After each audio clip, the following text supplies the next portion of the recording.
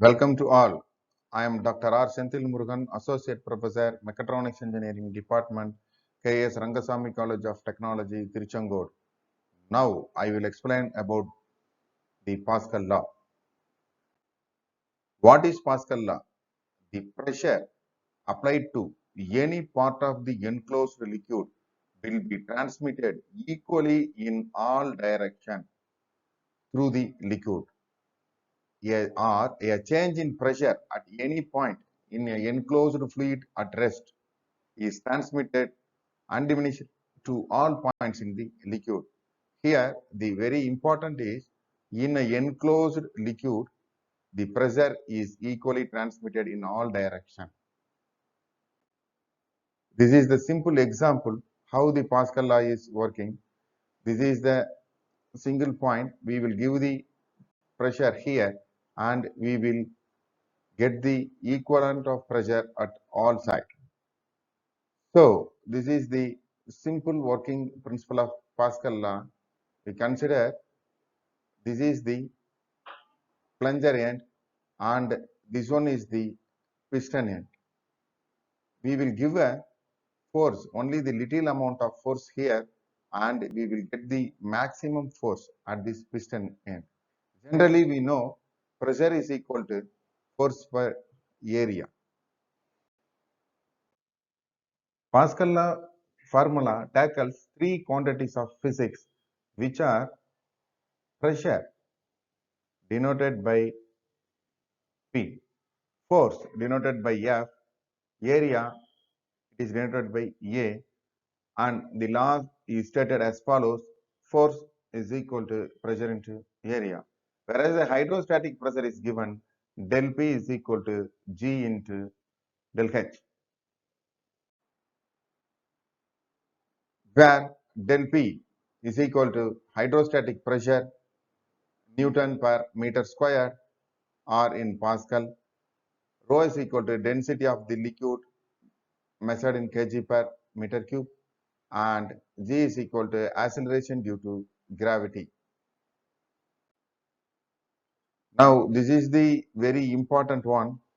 When the diameter is the same, we will get the equal amount of force at the both end. Even though pressure is equally transmitted, the pressure is here 100 Newton per millimeter square, but force is here is 1000 Newton, and we will get a force about the same 1000 Newton because the diameter is the same on both ends. When we change the diameter from smaller to bigger, we will get the larger force. This is the very important phenomena of the Pascal law. See here, force is equal to pressure into area. This is the original force. This one is the original force. Then here the pressure is equally transmitted and be used to afflict the car. Here F2 is equal to P2 into A2.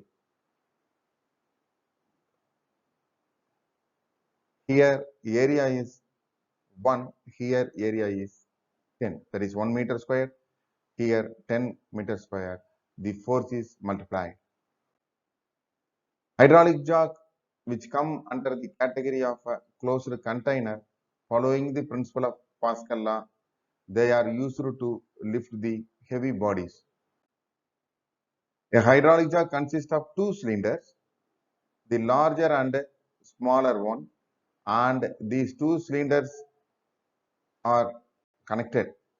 When its handle pressed down, a valve closes and the small piston forces the fluid through the another valve to a larger cylinder, which is then produces a larger force to be transmitted to the load. Therefore, we can say that when the force is applied, the pressure is exerted throughout the volume and surface of the cylinder. Hydraulic jacks are highly advantageous in the automotive industry and are often used to lift cars above the ground level for repair and maintenance. One of the most common example of Pascal law is that hydraulic braking system present in the automobiles. Every time you see car come to a halt, the principle of Pascal law come into the actions. So this is the diagram which is explain the hydraulic braking system. Aircraft hydraulic system. Hydraulic power system in aircraft use Pascal law to slow down aeroplanes on the runway, also used in flight control mechanisms, landing gears, etc. Hydraulic pumps used in the automobile industry uses the philosophy of Pascal law. Wide applications of Pascal law are also seen in hydraulic testing of pressurized tanks, calibration of pressure gauges, pressing of oils such as olive and sunflower oils, compressions of wood stocks, etc. Various pneumatic devices like dentist drills, jackhammers, paint sprayers, and the air brakes on trucks, etc. work on the principle of Pascal law. So these are the reference. Keep learning and growing. Thanks for your watching. Thank you.